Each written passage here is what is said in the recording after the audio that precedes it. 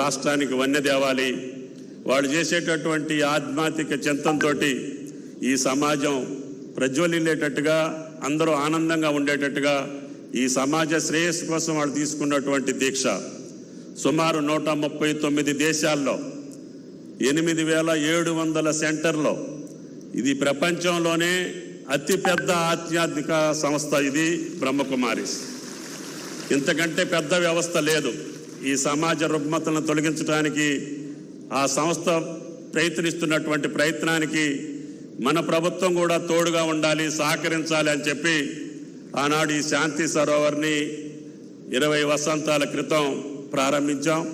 అది ఈనాడు ప్రతి సెంటర్లో, ప్రతి జిల్లా కేంద్రంలో, చివరికి మండల కేంద్రాల్లో కూడా ఈ బ్రహ్మకుమారీస్ యొక్క ప్రజాహిత కార్యక్రమాల కోసం ప్రజలందరినీ కూడా చైతన్యవంతులు చేసి, సమాజం అంతా ఒకటే, మనం పుట్టింది మన కోసం కాదు, సమాజం కోసం, అటువంటి నీతి సూత్రాలతోటి జనాన్ని అందరినీ కూడా, ప్రజలందరినీ చైతన్యవంతులు చేస్తున్నటువంటి వ్యవస్థ ఇంకా జగదేప్యమానంగా తెలంగాణ రాష్ట్రానికి గౌరవ ముఖ్యమంత్రి గారు ఆయన ప్రమాణ స్వీకారం చేసిన రోజే మీరు ఈరోజు ఏదైతే లాంచ్ చేశారో ఆ కార్యక్రమాలకి నాంది పలికినటువంటి ముఖ్యమంత్రి రేవంత్ రెడ్డి గారు అని చెప్పి మీకు ఈ సందర్భంగా మనం చేస్తున్నాం.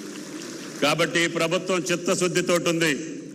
ఈ సమాజంలో జరుగుతున్నటువంటి అవలక్షణాలు కానీ, అనాలోచితమైనటువంటి కార్యక్రమాలు కానీ, అనాగరికమైనటువంటి పద్ధతుల్ని ఎట్టి పరిస్థితుల్లో కూడా సాగనీయకుండా ఒక సమాజాన్ని, సంతోషమైనటువంటి సమాజాన్ని సృష్టించడానికి ఆ పరమాత్మ, ఆ శివ పరమాత్ముడిగా రేవంత్ రెడ్డి గారికి, ప్రభుత్వానికి శక్తినివ్వాలని, తప్పకుండా మీ యొక్క కార్యక్రమాలకి చేయూతనిస్తామని, అదేవిధంగా ఈ స్థలం ఆ రోజున లీజుకి ఇవ్వటం జరిగింది. అది గౌరవ ముఖ్యమంత్రి గారు కూడా చెప్పాం.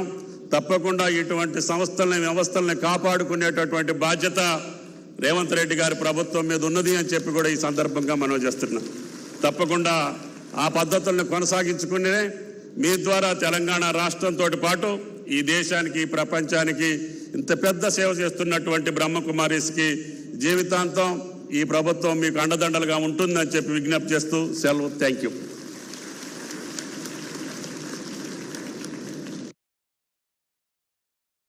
చాలా థ్యాంక్స్ బ్రదర్ గారు. ఏదైతే ఇక్కడ అందరూ ఎక్స్పీరియన్స్ చేస్తున్నారో ఆ ప్రశాంతత రీజన్ ఏంటిదంటే ఇక్కడ నేర్పించే రాజయోగా మెడిటేషన్. సో ఆ రాజయోగా మెడిటేషన్ తప్పనిసరిగా ఆస్వాదించాలి.